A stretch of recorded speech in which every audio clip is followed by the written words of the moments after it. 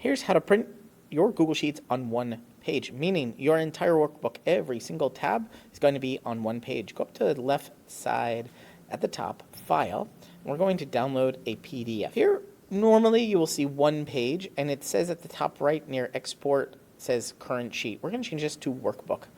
One more thing I want to recommend is that we go to the bottom, go to Headers and Footers, and I recommend you insert the sheet name. This puts the sheet name in the top right corner of every single page. And click Export, and now every single one of your tabs is on one PDF. You're watching Better Sheets here on YouTube. Make sure you check out this video or this video and subscribe right now to get more tips, tricks, how-tos, get more out of your Google Sheets than you ever have before. I'm excited to be making a ton more videos here. Ask me questions down in the comments and I will answer them in future videos. But for right now, right here, one of these videos is going to be your next Google Sheet.